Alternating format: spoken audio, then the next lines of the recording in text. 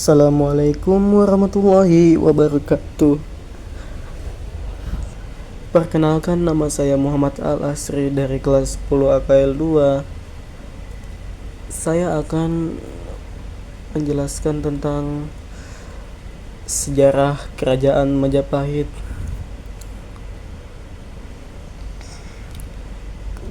Kelompok kami beranggotakan 3 orang, yaitu yang pertama saya Muhammad Al-Asri, yang kedua Cinta Nabila Zahra, dan ketiga Rifa Karisma.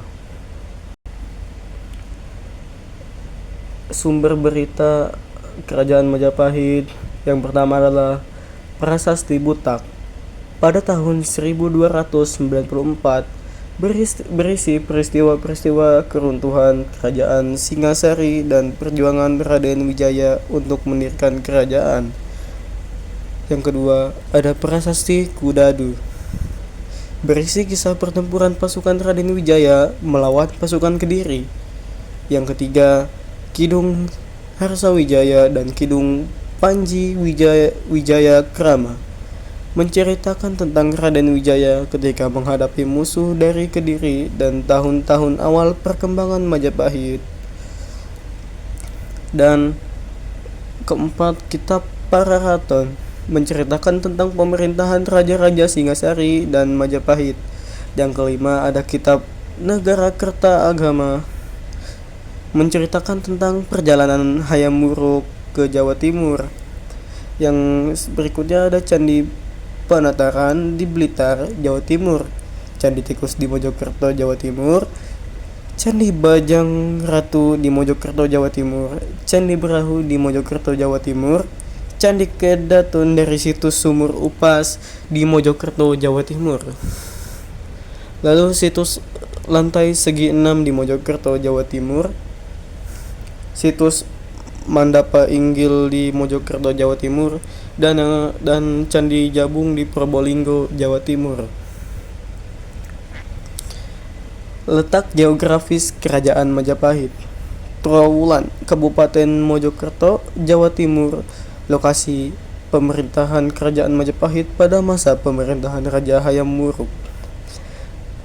Mojokerto adalah pusat kerajaan Majapahit pada awal masa berdirinya, dan Daha adalah pusat pemerintahan kerajaan Majapahit diperkirakan kembali ke wilayah Daha setelah Trowulan.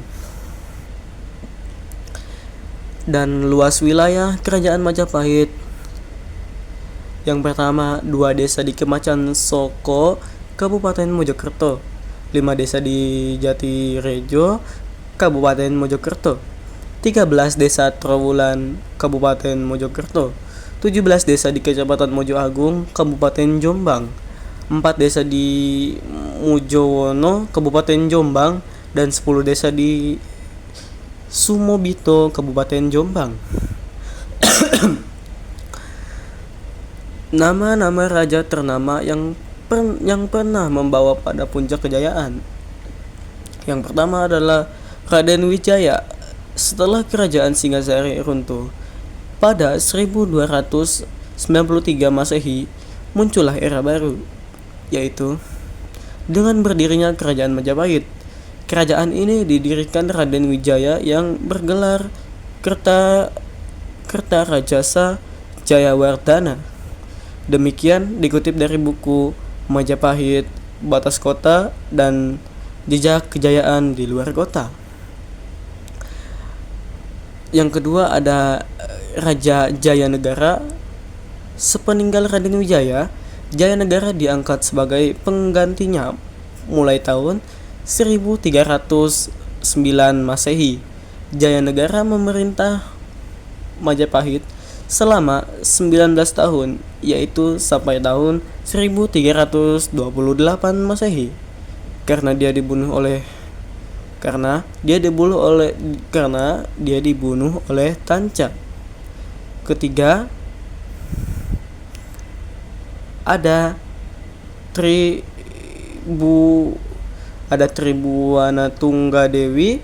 Selanjutnya Jayanegara digantikan oleh Tribuana Tunggadewi yang setelah menjadi raja bergelar Tribuwana Tunggadewi Jayawisnuwardani dalam perkawinannya dengan Kertawardhana memperoleh tiga orang anak. Salah satunya Hayam Wuruk yang lahir pada tahun 1334 Masehi.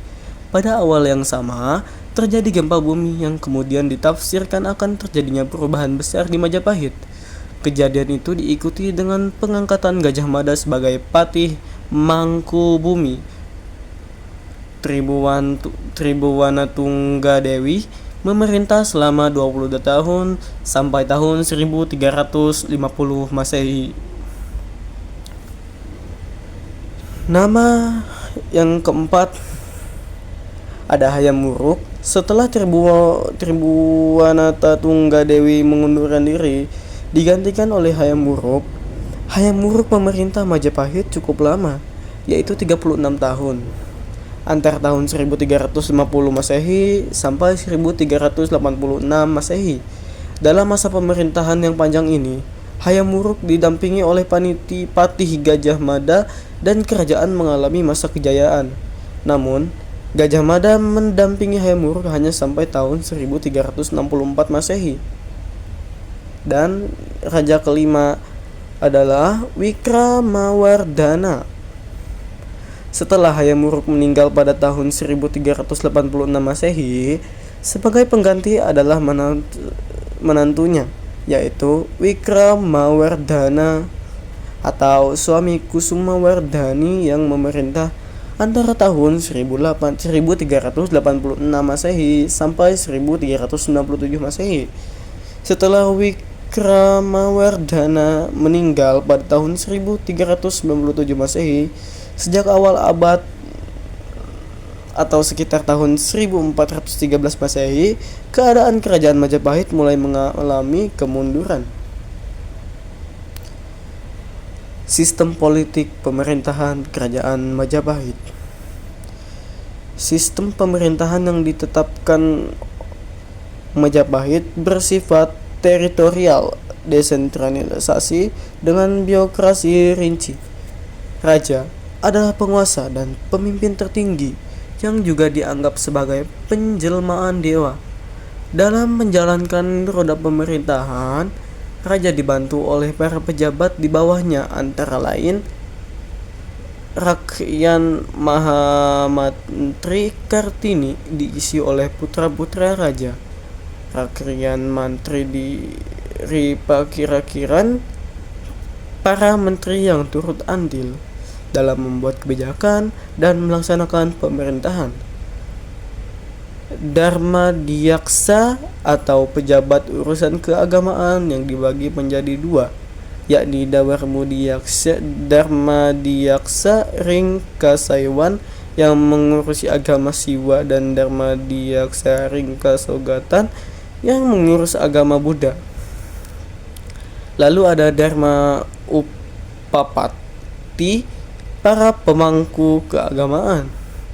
Lalu yang terakhir ada Batara Septa Prabu atau Dewan Pertimbangan Kerajaan, beranggotakan sanak saudara raja. Sistem kepercayaan kerajaan Majapahit. Ada 3 agama yang berkembang pada saat kerajaan Majapahit, yakni Hindu, Buddha, dan aliran Karsian. Kepercayaan asli yang dilakukan yakni ada kepercayaan terhadap roh leluhur, kultus dewa matahari, kultus Bima, dan gunung yang dipercaya sebagai tempat suci. Namun, ada juga penganut agama Islam pada masa puncak kejayaan Majapahit, sehingga Majapahit menjadi negara multikultur, namun tetap saling menghargai. Sistem ekonomi kerajaan Majapahit. Sungai Berantas dan Bengawan Solo merupakan faktor pertama yang mendukung perekonomian kerajaan Majapahit. Hal ini disebabkan oleh suburnya wilayah kekuasaan Majapahit yang dinilai cocok untuk bertani, sehingga menghasilkan produk dari pertanian yang berguna, memperkuat perekonomian kerajaan. Kemampuan masyarakat dalam mengembangkan sistem pertanian sudah mulai mengalami peningkatan. Dalam hal ini, Pertanian merupakan sektor penyokong dalam sistem perekonomian bagi masyarakat Majapahit. Selain itu, eksistensi beberapa pelabuhan milik Kerajaan Majapahit memiliki peran krusial dalam mendukung kegiatan berdagang. Sebab, pada wilayah yang telah dikuasai Majapahit, terdapat kota-kota pesisir yang juga dijadikan sebagai pelabuhan. Dalam hal ini, pelabuhan tentu berpengaruh dalam proses transit komoditas dan rempah-rempah dari wilayah timur Nusantara, sekaligus menjadi media impor dan ekspor untuk saling menunjang perekonomian dari masing-masing kota. Dan sistem sosial Kerajaan Majapahit. Secara singkat, kehidupan sosial Kerajaan Majapahit terbagi dalam kelompok masyarakat. Berdasarkan dari pekerjaan umumnya, rakyat Majapahit adalah petani, sisanya pedagang dan pengrajin. Selain bidang pertanian, Majapahit juga mengembangkan perdagangan dan pelayaran. Ini bisa kita simpulkan dari wilayah kekuasaan Majapahit yang meliputi Nusantara bahkan Asia Tenggara. Barang utama yang diperdagangkan antara lain rempah-rempah, beras, gading, timah, besi, intan, dan kayu cendana.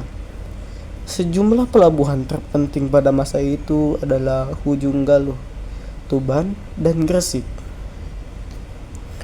Peristiwa-peristiwa penting di Kerajaan Majapahit. Selain pengangkatan Gajah Mada yang ditandai gempa bumi, fenomena alam lain juga menjadi penanda di Kerajaan Majapahit.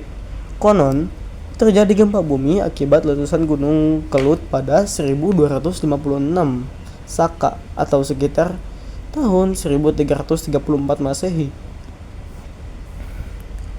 Prestasi kerajaan dan keruntuhan Majapahit. Sungai Berantas dan Bengawan Solo merupakan faktor pertama yang mendukung perekonomian Kerajaan Majapahit.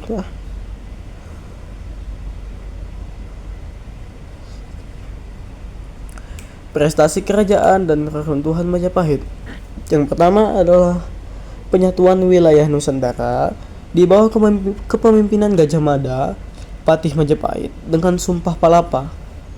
Majapahit berhasil menyatukan wilayah Nusantara, mencakup sebagian besar kepulauan Indonesia, Malaysia, Brunei, hingga sebagian Filipina dan Thailand Selatan.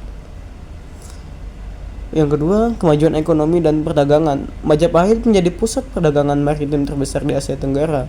Pelabuhan-pelabuhan seperti Ujung Galuh dan Tuban menjadi penghubung perdagangan internasional, khususnya rempah-rempah, tekstil, dan keramik.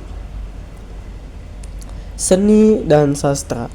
Kerajaan ini menghasilkan banyak karya sastra penting seperti Negara Kertagama karya Empu Prapanca dan Sutasoma karya Empu Tantular.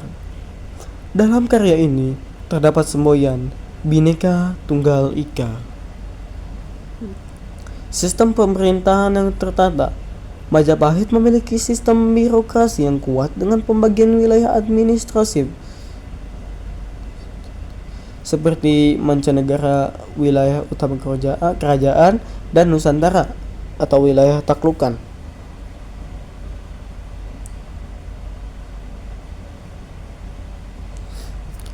Yang kelima, diplomasi dan hubungan internasional. Majapahit menjalin hubungan diplomatik dengan kerajaan-kerajaan lain, seperti dinasti Ming di Tiongkok dan kerajaan di India Selatan, memperas pengaruh budaya dan politiknya.